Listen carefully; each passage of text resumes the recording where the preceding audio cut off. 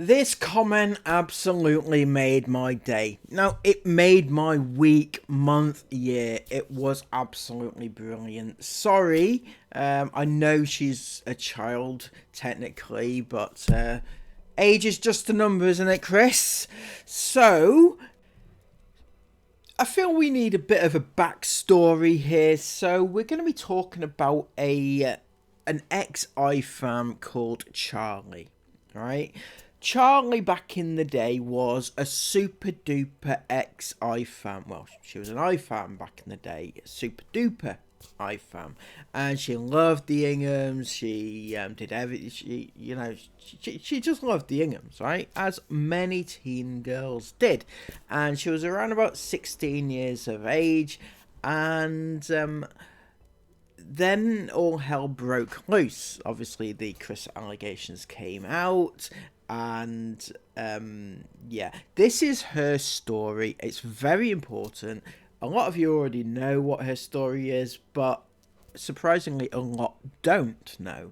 And this is important actually to show and to keep alive the information, because there's a reason why Granny Jane is called Granny Groomer, right? And this is the story as to why. Right, seeing as loads of people wanted a story time, I thought I'd try and do a really brief one because it's going to be really hard to fit it all into 3 minutes, but we're going to try. If you don't know the Ingham family or know who Chris Ingham is, I suggest Googling them or going on Twitter, and you'll probably find lots of info. But this story time is going to be about my experience with Jane Ingham, who is Chris Ingham's mum. So when I was younger, I was a huge fan of the Inghams, literally obsessed with them. They were my favourite YouTubes, I was obsessed with anything to do with them.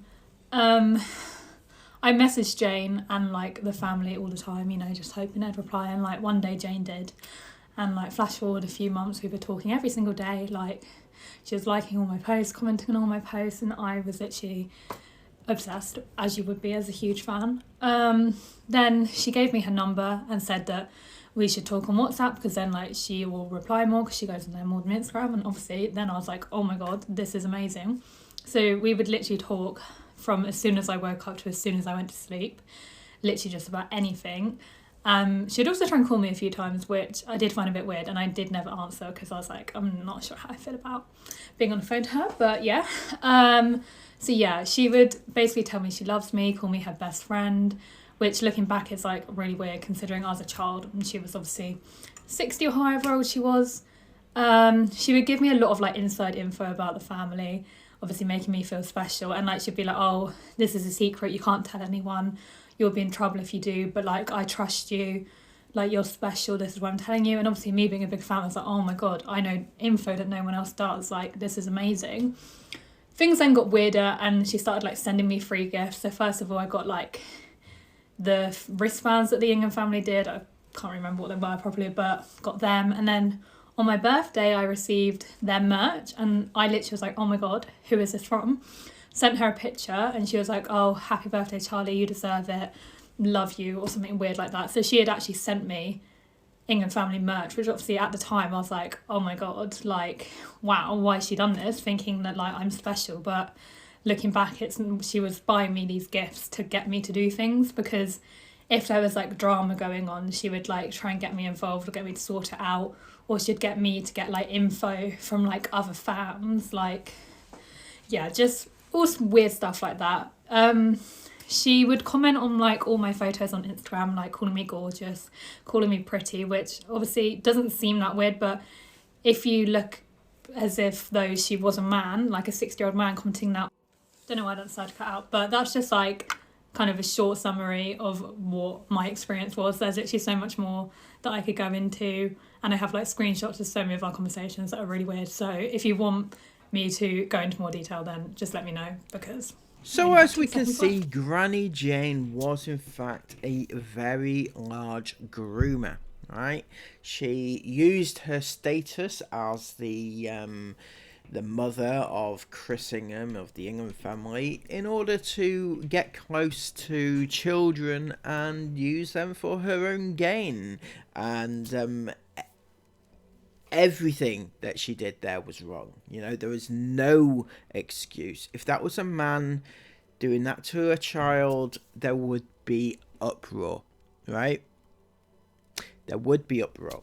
So there's no doubt in my mind, and there should be no doubt in your mind, that Granny Jane was in fact grooming that child. However, she didn't see it that way, as we're going to see now.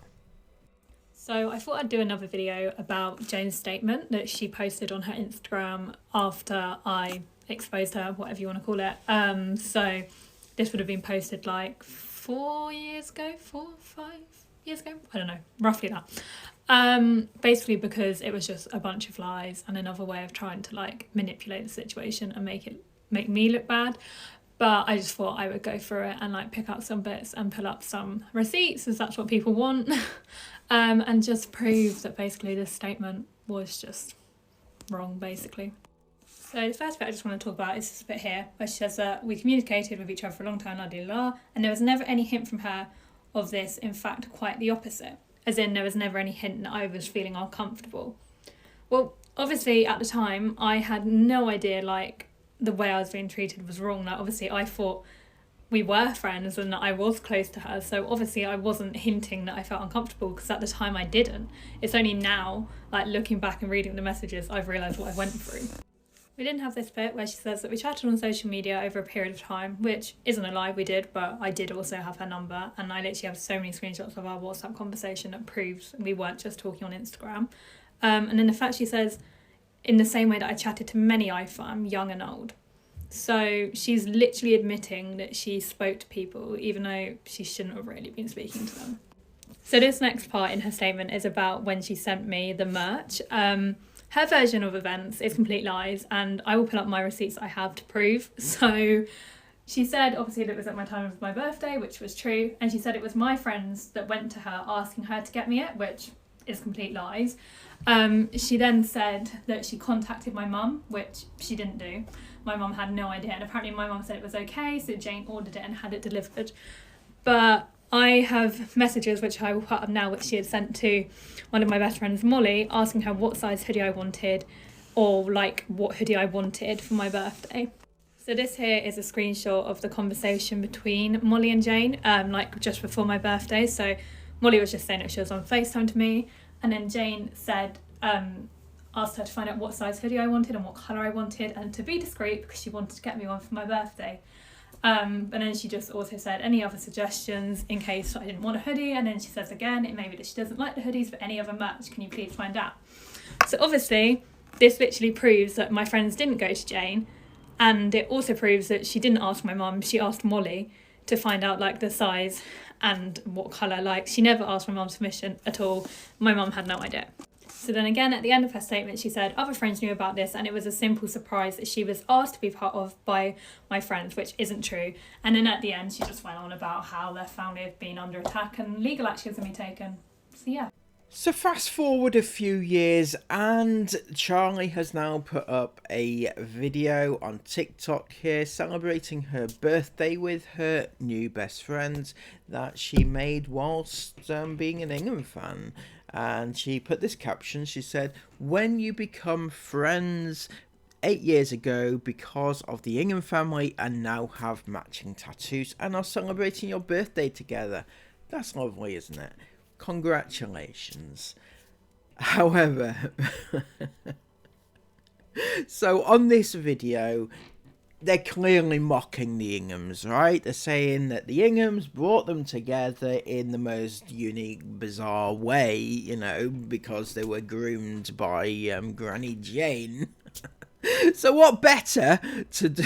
What better for Esme Ingham to do than to comment "that's so cute" on a video which is outing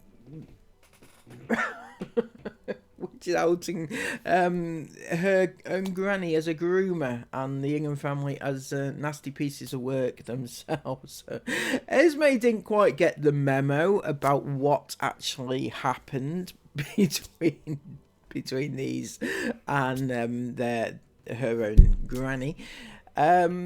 Isabel also commented on the video. I don't have a screenshot of it. It was something very basic but very like you know, thanking them or whatever, right?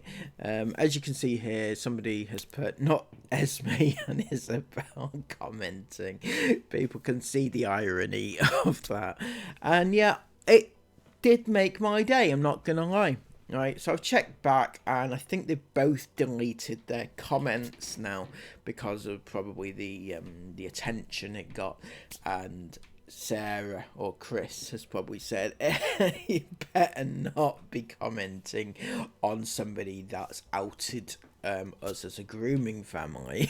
Probably not the best look for your careers there, is it? So anyway, yeah, I thought that was funny, and I thought it should be brought to everybody's attention because it was funny, and also because this story is important to be kept alive as well. So thank you to Charlie for keeping that particular story alive.